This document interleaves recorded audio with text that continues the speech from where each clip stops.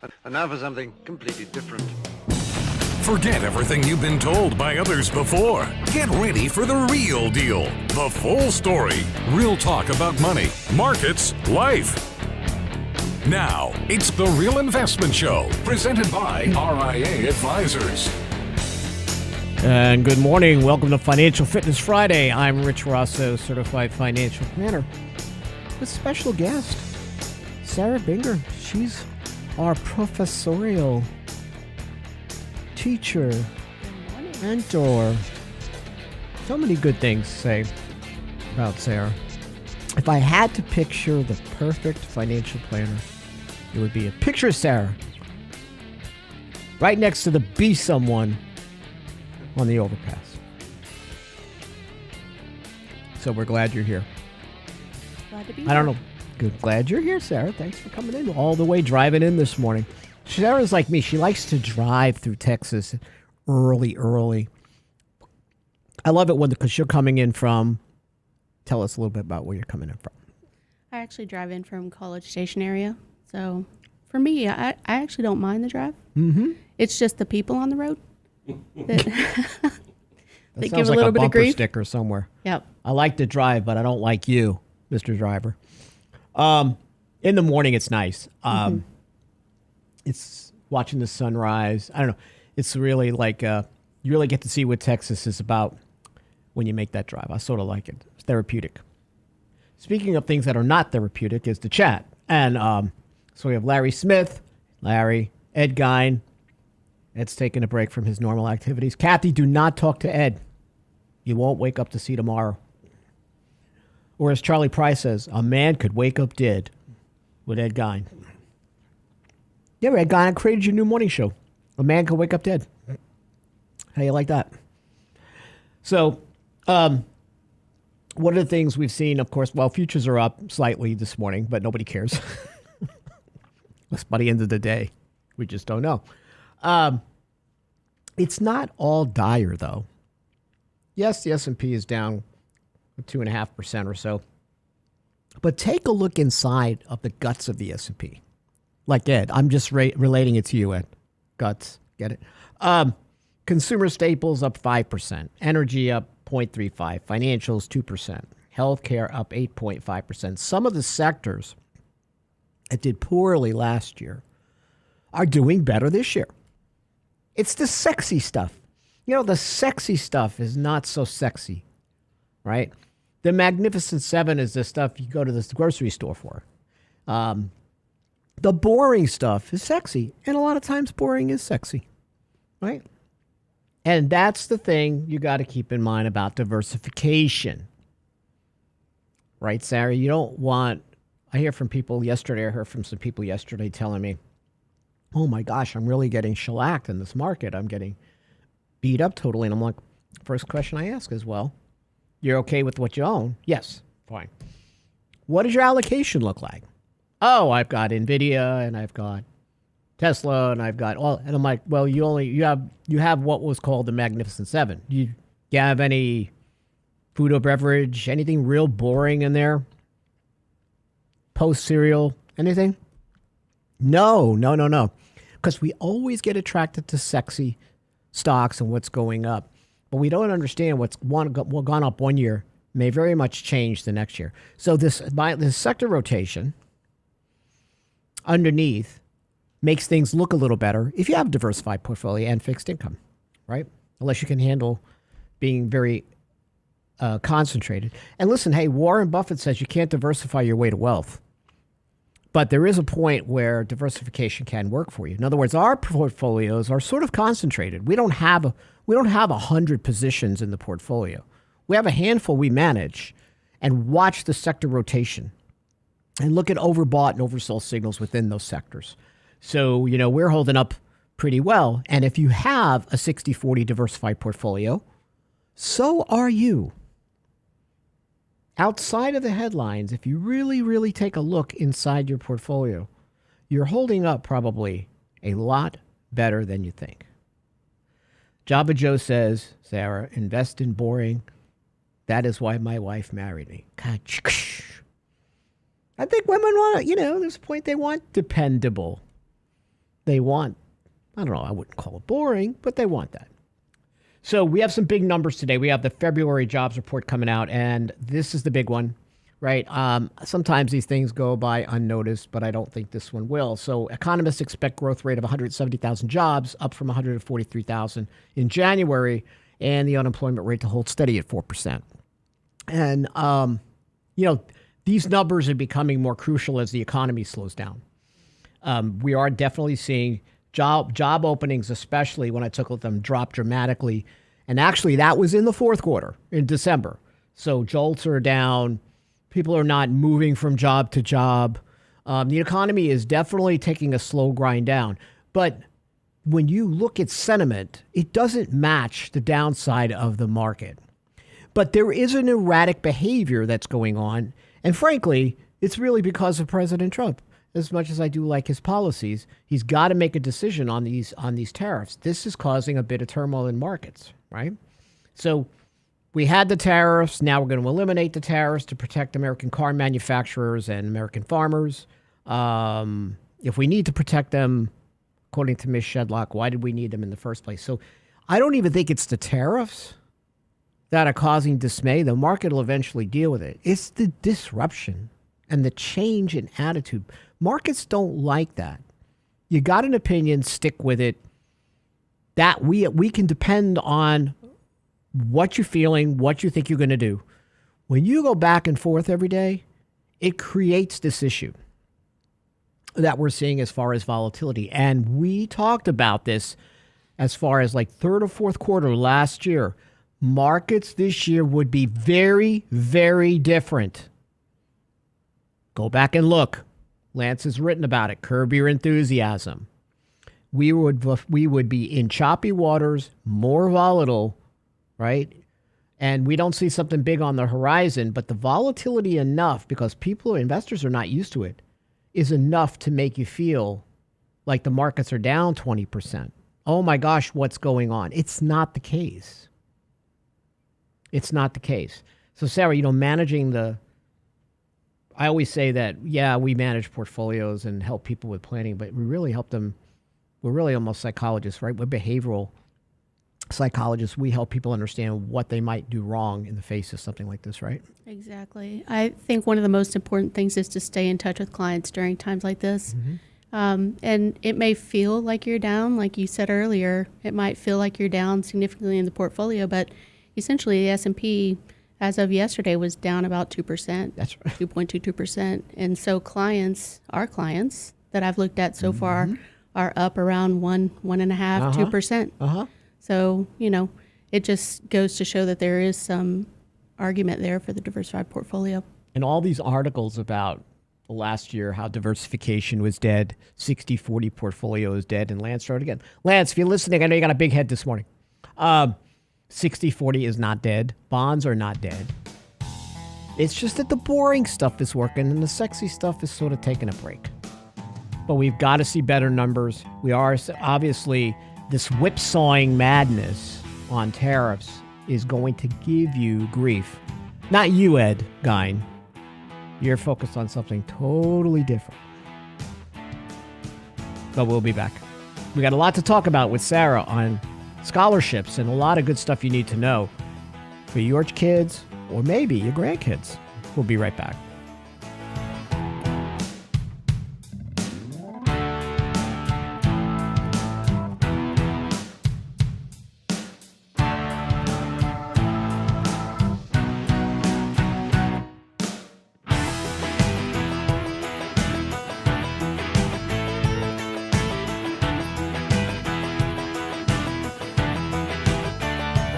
Get daily investment news you can use, delivered at the speed of the internet at realinvestmentadvice.com. The Social Security Fairness Act dropped elements that reduced Social Security payments, retroactive to last year. What are you going to do with all that extra income? Our next Candid Coffee offers savvy Social Security planning if you were dinged by windfall and pension offsets. Saturday, March 29th. Richard Rosso and Danny Ratliff answer your questions about Social Security benefits and what the removal of WEP GDP and GPO means for your retirement. Candid Coffee with Ratliff and Rosso. Register today at realinvestmentadvice.com. Attention Chevron employees and anyone else receiving or considering a company severance package. We know the process can be intimidating. What should you know to maximize your payout? Lump sum or pension annuity, retirement plan rollover or not? What about tax timing your severance? The fiduciary advisors at RIA Advisors can help you make the best decisions for your situation. Call us today at 855-742-7526. That's 855-742-PLAN. Or online at realinvestmentadvice.com. The Real Investment Show. RIA Advisors Research is the envy of the industry. Our economic insights are featured on advisorperspectives.com, Fox Business, and MarketWatch. RIA provides advisors with marketing and back office support, objective research, and holistic, cutting-edge financial planning tools to meet your clients' needs. Want to join a winning team and be part of a fiduciary culture where you can do your best work? Then why haven't you contacted us yet? Go to our confidential advisor hub at realinvestmentadvice.com. RIA Advisors. Big enough where it matters, agile enough when it counts.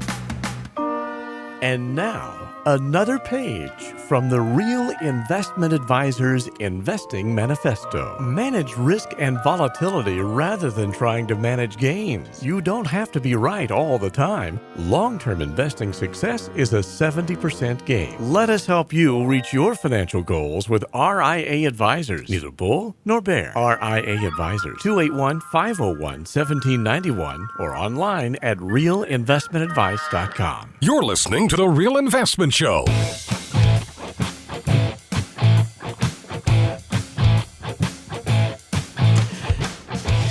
So when we created Candid Coffee back during the dark days of COVID, it was really to give investors, radio listeners, blog readers a channel to vent, to talk about things that were bothering them, about what's going on, allay some of the uncertainty as best we can, really in a kitchen table sort of atmosphere.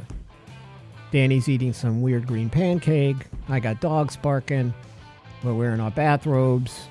The whole genesis of it was, I think, fits into, say, our overall ethos as a firm. We're not here to talk above you. We're not here to talk down to you. We're not here to make you feel like you don't understand what's going on. We're here to make sense of it for you. And every question is a good question.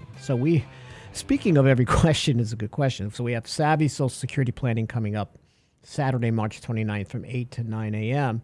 This is on StreamYard. You can sign up at Real Investment Advice. But the repeal of the WEP and GPO, right? You had a non-covered pension. You were a teacher for a while. Then you went in the private sector. And, we had to do this formula, right, Sarah? We had to look at what was going to happen to spousal benefits or survivor benefits based on this, because you maybe couldn't collect both. And that's changed with the Social Security Fairness Act. We're going to talk about that. Also, those checks are going to be going out.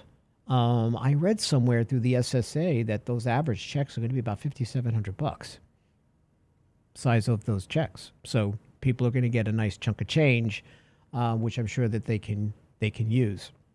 But boy, when it comes to questions, we're getting all kinds of questions that have nothing to do with Social Security, which is okay because it goes along with the spirit of Candid Coffee.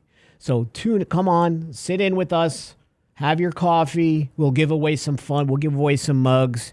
We might have a special RIA cookbook to give you, right? And that'll be great. Lance's charts to show how long it takes to burn a chicken. If you keep it in the oven too long or dry out a turkey. He's got charts for all of these recipes. So every recipe, no, I'm kidding. But that would be a great idea. That would be a great idea. So obviously DOGE is going through Social Security Administration, and people are afraid that they're going to lose their benefits, which I think then we would have pitchforks and flamethrowers, and there would be anarchy in the streets, justifiably so, because we see every day, Sarah, how people really depend on Social Security. And then, that people up to 360 years old are on Social Security rolls. and many may be collecting benefits. And the only people I can think of who are 360 years old are Mitch McConnell and Nancy Pelosi. So I don't think they're collecting benefits, cleaning up the rolls. So when you might be cutting some form of waste in the Social Security Administration, but not Social Security benefits. But, people are afraid. People are afraid, like, oh my gosh, my benefits are going to get cut. We follow everything that's going on, and we know what everybody else knows. But I can't imagine benefits being cut. So we look at Social Security integration as a very important part of the plan, don't we? We do. It's absolutely critical to make sure that's optimized and not taken early if you can stand to hold off. Yeah, I think that we have to make sure that people don't minimize the benefit that they're getting and taking it in a smart manner. Listen, if you're single, it is longevity risk insurance, but if you're single, and I don't know, everybody, Sarah, seems to know when they're going to die. Oh, no, I'm not living that long. Oh, I know, I'll be dead by 72. How do you know? How do you know? What if you don't? What if you live longer? That's when Social Security really pays off. That's just like any annuity. The longer you live, the more that has to be paid, the higher your rate of return. It's just how it works. And we have to make sure that we, as advisors, keep a level head, look at the data, and help people make decisions outside of headlines. And that becomes more of a challenge during these periods, isn't it? I would say so. I think people are scared. They want to take it early while they can and get the most benefit from it. Mm-hmm. For me, it's just an asset like anything else. So the same way that you would try to maximize rate of return in something, you try to maximize Social Security as well. So those delayed retirement credits give you a guaranteed 8% rate of return for waiting. Mm-hmm. So for me, it's kind of a guaranteed return there. It is. And it helps in many ways. Well, first, many times you're not making this decision just for you, right? You're making it possibly for a spouse who hasn't paid in as much into the system. Mm-hmm. Maybe a spouse that's healthier than you and is going to live longer than you, so you have to look at a survivor benefit, right? So who is the Caroline Leavitt? She's 20-something years old. She's the youngest press secretary in the White House. Her husband, and I have these situations in my client accounts, her husband's 60 years old. They just had a baby. So if they're coming to me for Social Security planning, I couldn't care less about his benefit more than I can care about her survivor benefit or the benefits for the children, even though obviously they're probably two big wage earners and they're probably going to be more independent. You do have situations where family dynamics are very different and you need to understand them to come up with the appropriate Social Security plan. I just shocked the heck out of Brent. Like he grew hair. He was so shocked. What? She's married to what? I had to throw it up to my girlfriend. I said, see us 60-year-olds, we can still, we still got it. We still got it. Yeah, I don't want to share it, but I still got it. So you have to remember that this decision is not based on, I got to take it early because what you said, Sarah, I got to take it early because it's going to go away, or I've got this magical break even. And I'm more concerned about getting my money out as opposed to what the true spirit of Social Security is. It is to create an income you can't outlive for the rest of your life, inflation indexed. Pensions are great. Less and less companies have them. You can create your own pension through annuities, but pensions are not inflation adjusted. So when we do inflation adjusted retirement income projections, we see that pension is just a flat line that goes on as long as you live. Social Security will actually go up over time. That's a big benefit. I understand we can talk about the faults of what goes into the cost of living adjustment. And there is a legislation out there. It's Elizabeth Warren, and I can't remember who else, to go to CPI-E. Is it Bernie? Oh, it's Bernie, yeah. CPI-E, which is to go ahead, which is obviously this index is more for, they call it elderly, which is sort of insulting. I don't think that's really appropriate. We don't use that word anymore. But it is a different set of factors that would actually accelerate the cost of living adjustment. So that would be more accurate. We don't know if that's going to go through, right? Because of where the Social Security system is. So I think that, again, we want to make sure at this Social Security savvy planning, you've got other questions. Man, we got questions about reverse mortgages and bonds and stuff. I mean, nobody even, did anybody read what this is about when they signed up? You just want to talk to Danny. I get it.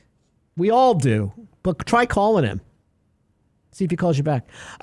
So the one thing, again, is part of the planning process. I'm going to talk more about education as part of the planning part with Sarah. She's really a student of this because scholarships can get awfully confusing.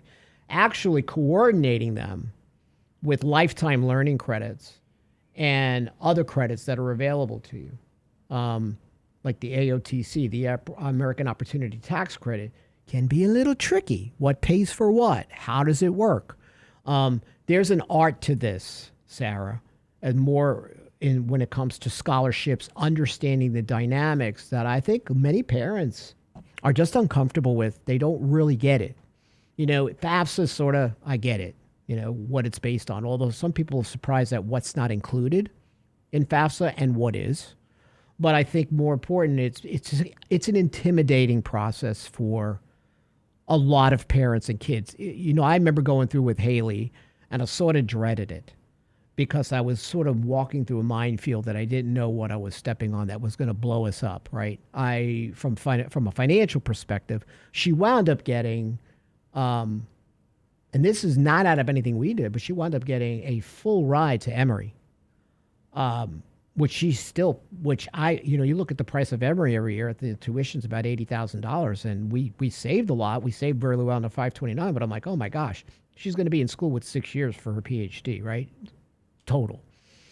That's a lot of money that people would not have. So this scholarship planning and just the educational financial aspect planning is so important across the board. What can parents do if they want to help their children, yet not put their own retirement in jeopardy? What students can do to up the odds of getting a scholarship, what kinds of scholarships they are going to get. So Anthony Chilelli goes, I want to fund my grandchildren's 529. That's very nice of you. Any help parents can have, grandparents to help their grandkids, whether it's private school or with college, I know is always very much appreciated. So we're going to go into Sarah's wheelhouse of scholarships and other nebulous stuff when we return here on Financial Fitness Friday. We'll be right back.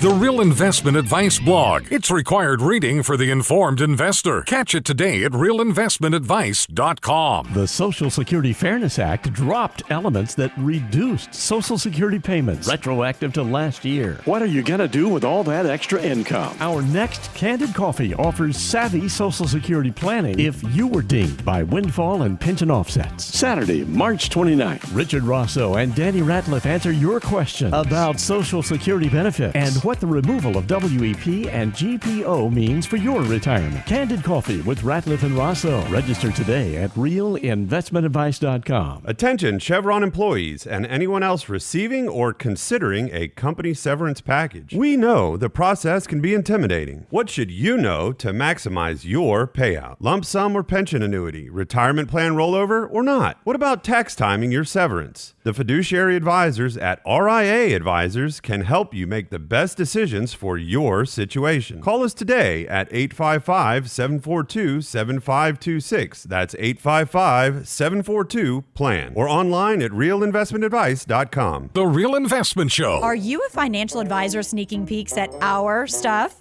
Instead of trying to do it all yourself, why not just join the team at RIA Advisors? Our full-service organization can provide you with the support, unparalleled research, and tools for managing your clients' money and honoring the fiduciary pledge of putting clients' best interest first. Don't take our word for it. Talk to the advisors that work with us. Want to come win with us? Go to our confidential advisor hub at realinvestmentadvice.com. RIA Advisors, big enough where it matters, agile enough when it counts. Can't catch the whole show now? Listen to our podcast later at realinvestmentadvice.com. Anybody that's been married at all knows this to be a true story. If you tell your wife something that you know for a fact to be true, she won't listen to you. But if she hears the exact same thing from a girlfriend or from somebody else, it's gospel. The Real Investment Show podcast. Danny came up with this idea that we create a fake Facebook page and that you can all subscribe to, and then we will create a fake profile that will answer her in her feed. This is what you need to do, even though it's the exact same information that you just told At her. realinvestmentadvice.com. I like it. I like this a lot, actually.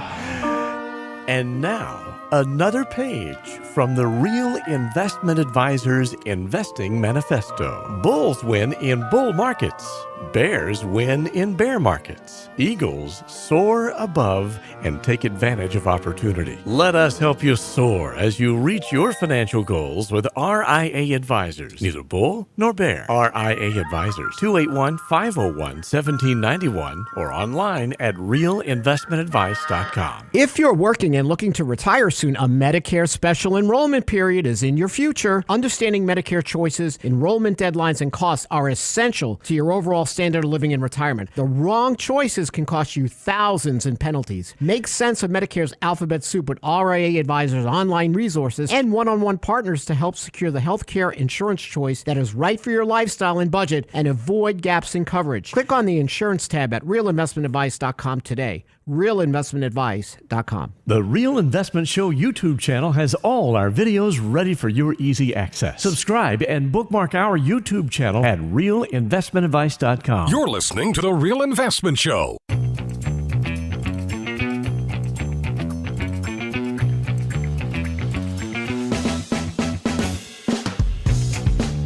So I looked this up for you, Jabba Joe, on the chat. You asked about, I can get a lifetime learning credit for all my lifetime learning? Lincoln Logs building specialist is not on that list. So, no, you're out of luck. But the lifetime learning credit, you can go back to school and use it if you want to. It's just very compelling. So obviously, we're looking at S&P futures sort of flat this morning. Everybody is holding their breath for the February jobs report, right? It's scary, spooky numbers. I have to do some of my impressions for Sarah so she never comes back. So we're talking about scholarships and other fun stuff. So maybe you also want to share a little bit of what you do over there at A&M. And by the way, if I could go back, I got my A&M financial planning shirt the other day. Nice. Because I bought one. Nice. I Drinking love the Kool-Aid. Listen, I'm not only drinking in it, I'm bathing in it. I wish I could go back to school, and I wish it were that school. Amazing school. Sorry, Texas Tech. I'm sure you're great too, but my experiences with A&M, and I was like, is there any way they can keep me here? Maybe you want to explain a little bit about what you do, and then we can go ahead and talk about something very, very important. Sure. I work here at RA Yes. full time on the side. No way. My side gig, yeah. I'm here all the time. You wouldn't know it. I do know it. My side job is actually working for A&M. I'm a professor over there for the financial planning department, and I teach the insurance course and also capstone at the end. So the students are required to come in, take a certain set of courses, and then capstone is the final at the end. It's a semester-long case study for a fictional financial planning client. So it's kind of helping the kids bridge the gap between the book learning and the real world learning before they jump on the job somewhere. Yes. So in that role, I see a lot as far as college costs, what goes into it behind the scenes, from the administration side. But most importantly, on my side, my personal side, I've got 3 kids going through college. 2 of them are in right now at A&M, and then I've got a senior in high school. So I'm in the midst of all of this college planning and funding, and why not bring information to you guys that I've learned along the way from not only the A&M side, not only the RIA side working with clients, but also in our personal life with having 3 kids headed all the way through college. So one unpopular... You become an expert at this, huh? Possibly. Yeah. I wouldn't call myself an expert, but I've got a lot there that I can share. Yeah, because you're in the trenches Exactly. with this stuff. And I find it, and I know a lot of parents find this process very intimidating. Like there seems to be, and I could be, and I'm sure I'm pretty wrong about this, no clear-cut rules about how scholarships may be administered or what they're based on. It's almost like a job interview in some ways to me. Like you want this place, you want this job, but do you really know if you got it or not? So yeah, go through that process since you're like you are immersed in it. So think about, Rich, how much you know, and think about how much I know, and you're saying that it's intimidating to you. Yes. Imagine our clients.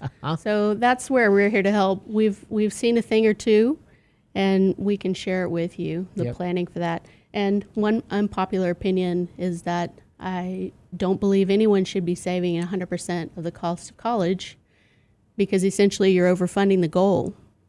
Which is what I did. You're leaving money on the table from the scholarship side. So we need to be looking at all those possibilities so that you can be sure you're not overfunding that goal. And now there are some things like putting it into Roth at the end that have opened up that weren't available before. So it's not... For your 529, Exactly. which is what I do now. I have an Exactly. overfunded 529 that's been around for over 20 years.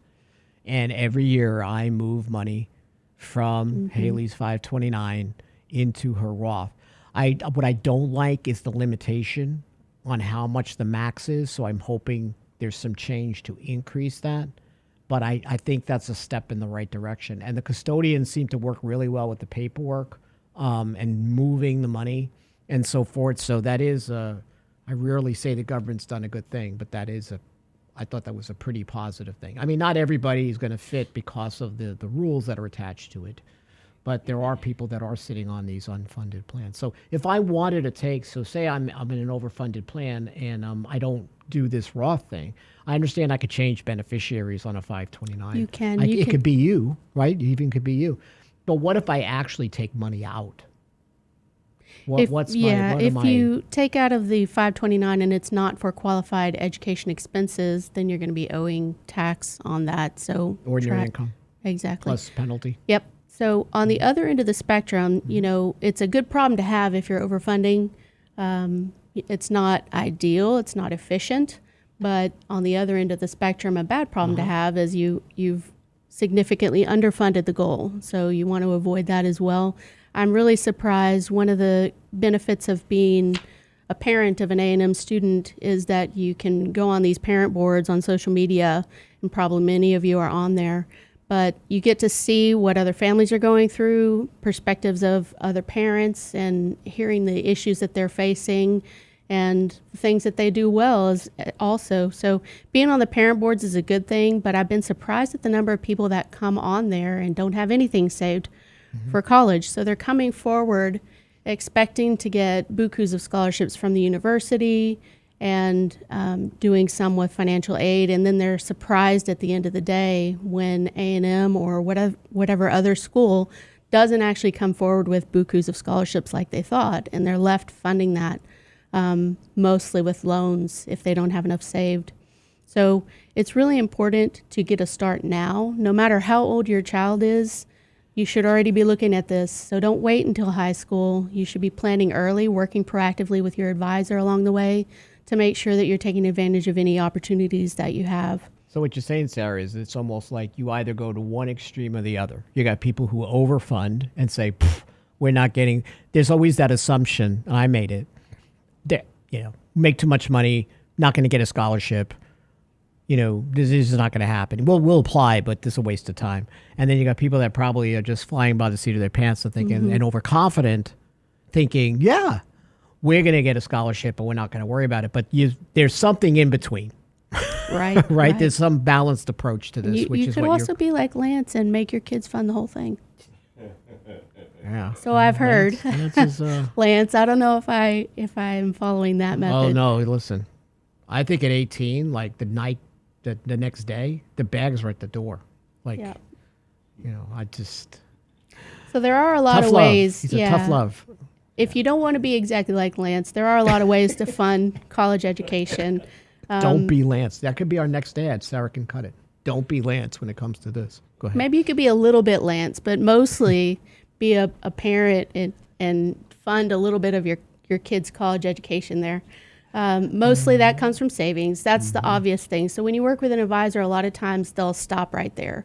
They'll say, well, this is the cost of education. This is how much you need to save per month. Let's get a 529 going. And that's the end of it. They invest the 529 and kind of leave it on cruise control until college, and then you're kind of left to do your own thing there. What your advisor should be doing is looking at ways that you can best utilize multiple sources of funding in addition to the savings that you're putting aside, so that you don't end up leaving money on the table, like we said. Yes. So one big way to do that is during the high school years, from starting at freshman year on. Freshman year. Yep. Okay, starting early. Okay. Yes, your child can already be looking at dual credit classes. The substitute for that is AP, IB. Those are all advanced classes that you can take through the high school. They all count for college credit. So that's more prominent now, right? Yes. I mean, it's not rare in certain schools. It's like it seems like that's become Right.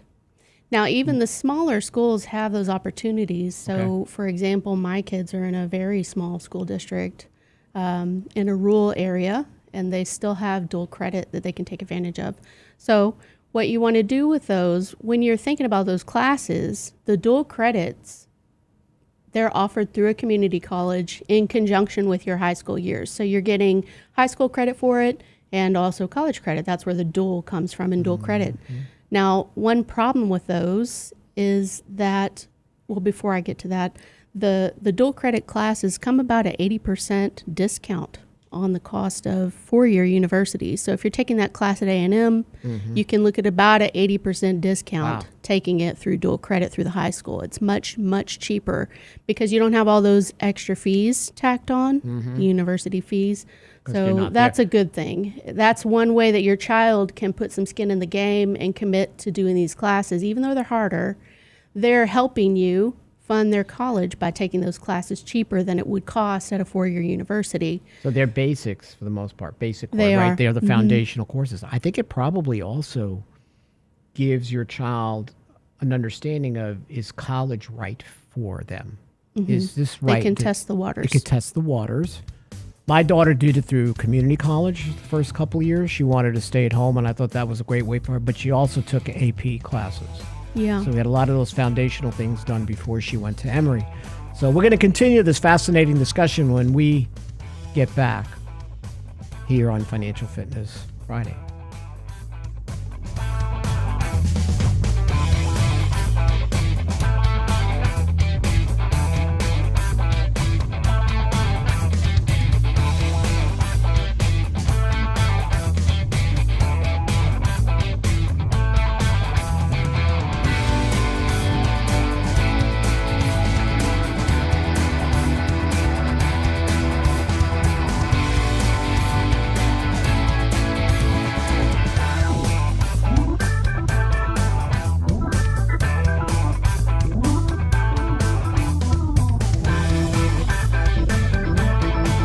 Get daily investment news you can use, delivered at the speed of the internet at realinvestmentadvice.com. The Social Security Fairness Act dropped elements that reduced Social Security payments, retroactive to last year. What are you going to do with all that extra income? Our next Candid Coffee offers savvy Social Security planning if you were dinged by windfall and pension offsets. Saturday, March 29th. Richard Rosso and Danny Ratliff answer your question about Social Security benefits and what the removal of WEP and GPO means for your retirement. Candid Coffee with Ratliff and Rosso. Register today at realinvestmentadvice.com. Attention Chevron employees and anyone else receiving or considering a company severance package. We know the process can be intimidating. What should you know to maximize your payout? Lump sum or pension annuity, retirement plan rollover or not? What about tax timing your severance? The fiduciary advisors at RIA Advisors can help you make the best decisions for your situation. Call us today at 855-742-7526. That's 855-742-PLAN. Or online at realinvestmentadvice.com. The Real Investment Show. RIA Advisors Research is the envy of the industry. Our economic insights are featured on advisorperspectives.com, Fox Business, and MarketWatch. RIA provides advisors with marketing and back office support, objective research, and holistic, cutting-edge financial planning tools to meet your clients' needs. Want to join a winning team and be part of a fiduciary culture where you can do your best work? Then why haven't you contacted us yet? Go to our confidential advisor hub at realinvestmentadvice.com. RIA Advisors. Big enough where it matters, agile enough when it counts. And now, another page from the Real Investment Advisors Investing Manifesto. A passive investment portfolio requires active risk management. It's not a choice, it's necessity. Diversification doesn't protect against risk of loss. Let us actively help you reach your financial goals with RIA Advisors. Neither bull nor bear. RIA Advisors, 281-501-1791 or online at realinvestmentadvice.com. You're listening to The Real Investment Show.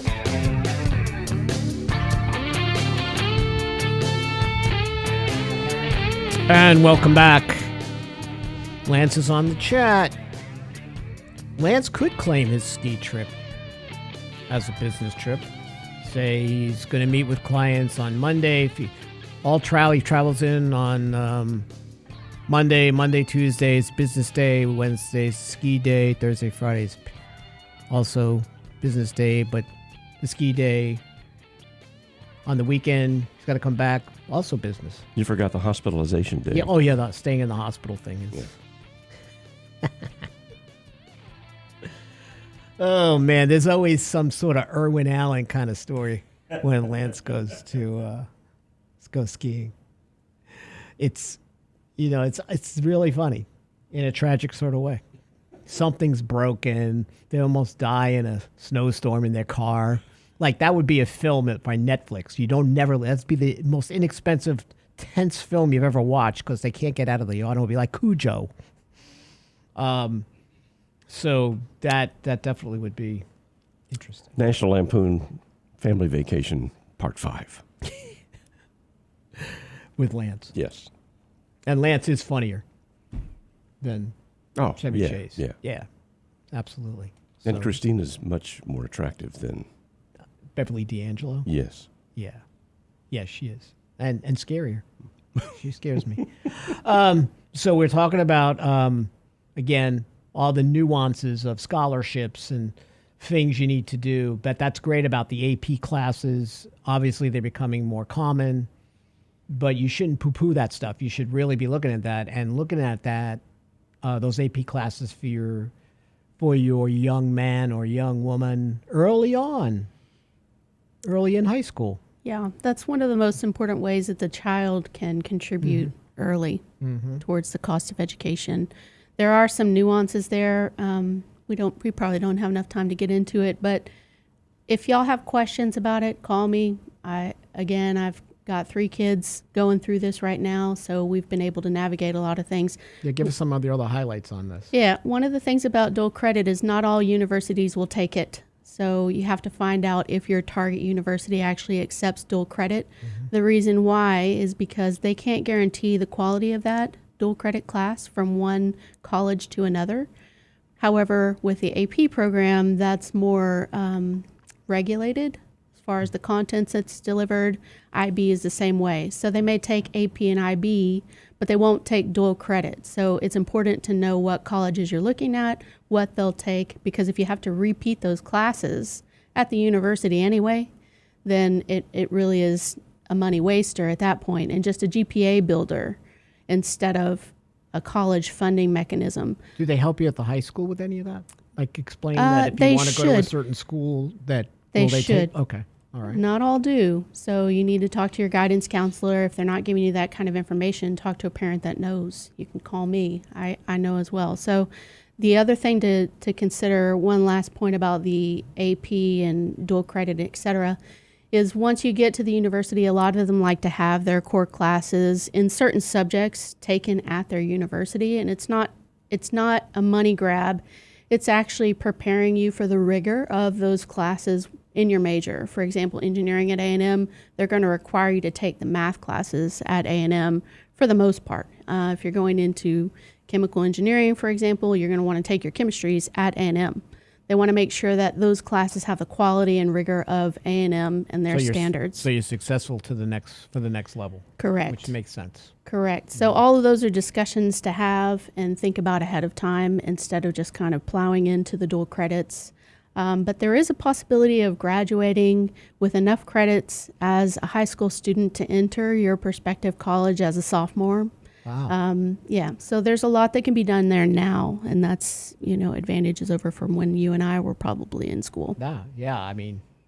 And to get to the topic of the day, scholarships, we kind of let's go ahead and do that. Teetering around some of that. There's FAFSA. You need to fill out FAFSA to be qualified for a lot of scholarships. That means they're needs-based. Any scholarship that requires you to submit FAFSA essentially means that it's needs-based. A lot of our clients fall out of the spectrum of being able to qualify for scholarships under need because of asset levels, et cetera. But you should still fill it out. You have to fill it out anyway, That's your most of the precursor to time everything. for the universities. You need SAT and ACT scores. Not all scholarships will ask you for that. So even if your student didn't score high on ACT or SAT, don't let that keep you or your student from applying and looking at scholarships, because you could still have eligibility for some that don't ask for those scores or have test optional policy. A lot of scholarships start before the senior year. So even though most of them come due in senior year, like this semester, you can start looking for those freshman year, and don't let it stop you once they graduate. So once they're in college, continue to look for those scholarships. My son had several come up from the department in his major that he was able to qualify for. And those are the ones that are actually really easy to get because, the departments come forward with scholarships and not enough students are applying for them. So it's really low-hanging fruit where you put in an application, submit a halfway decent essay, and you've really got a shot at those scholarships. So even once they're in college, you can have those scholarships coming along. Excellent. You said your daughter got a full scholarship from Emory? Mostly because of internships that she did with Georgia Tech. Good deal. There's a networking element Exactly. to this when you go into those last years of getting into college. There's this networking that she was doing with, and the internships really helped. Overall. One other thing to look for. Go ahead. You said the networking. One other thing to look for is, even if you have a list of scholarships provided by your guidance counselor, that may not be the all-inclusive list that's available. So keep looking elsewhere. Your religious affiliations, fraternal groups that your parent or grandparent may be in, larger employers of the parent or grandparent, professional organizations, scholarships that are specific to a major. So engineering, for example, you can find in your specific major things to look for. Interest-based, so if you've got a child who's specifically talented in sports, obviously everyone's familiar with sports scholarships, but they're becoming more and more difficult to qualify for. They'll take those scholarships and split them fractionally so that they can get more candidates in. So you may not be looking at a full ride for anything to do with sports, or it may be difficult to get, more difficult than in the past. And then, of course, you've got things like the highest ranking student, if that is something that applies to your child or grandchild. Texas has a program for highest ranking students, so the valedictorian gets a scholarship. A lot of states have that as well. So look into the rules for that. But just be aware that in Texas specifically, the valedictorian scholarship is not a full ride. It's not even for the full cost of college. It's 1 year for tuition only. So it doesn't include fees or anything. That's been surprising for a couple of people that I've known. So they think it's all inclusive. And Right. It's winds up just being for tuition. Right. So Ed Gein, even though his, some of the things he does is a little weird on the chat, tell AI to mass apply for scholarships. You see like an AI component going into this to help with scholarship. I think whoever creates that system where you can input all the students' data, maybe the AP courses, and AI just says, you have this kind of chance of getting this scholarship, do this. Boy, that would be great. As someone in academia, I can say that it's becoming easier to target responses from AI. So there are ways to look at that and to discover if they've come from AI. I would be hesitant to try that just because I think it's going to be identifiable. One quick thing before we wrap up, the appeal process is something that not a lot of people are familiar with. So right around now, and this is the reason why I wanted to come on and talk about it today, is your senior is probably in the midst of scholarship season right now. You should treat the scholarship period as their job, their full-time job for the spring. And a lot of scholarships open at the beginning of the year. So all during the senior year, you should be looking at scholarships as their full-time job. You can sit down for an hour or two and end up coming away with $2,500. So, that's really good as far as profit for a person. Absolutely. There is one other thing that I want to bring up is the appeal process. The financial aid offers come out right around February for students. And when you get your offers from all the colleges of what they're giving you as far as merit-based scholarships and financial aid, that offer, earlier we were talking about how much it costs to put people through college. The cost of college is one of the largest purchases. It's equivalent to the cost of a home, purchasing large cars, etc. So any of those purchases, house, car, you're going to do a lot of research going into that. You're going to find out what price is reasonable. You're going to try to have them come off of the sticker price and negotiate so that you can get a price that you feel is fair. With the college purchase decision, you should be doing the same thing. We shouldn't be looking at the sticker price of the college and saying, okay, this is what it costs. Let's figure out how to pay for it. College is a negotiation just like everything else. So you should be advocating for a lower cost and having them come off of that sticker price. The appeal process is the way to do that. And Lance says his kids work full-time jobs during summers and do their own financial aid and scholarships. Yeah. Mine do too. Yeah. Mine do too. Yeah. But he says it's not that difficult. We're making a big deal out of nothing. So Yeah. because for him, everything is easy. That's how it works with him. Yeah. Brilliance works that way. And he locks his kids out of the house during that period. They live in the yard usually. So, all right. Hey, it was great to have you here. Great to have Sarah here from one of my favorite schools. Lance is back on Monday. Ed, stay out of trouble. I'm done.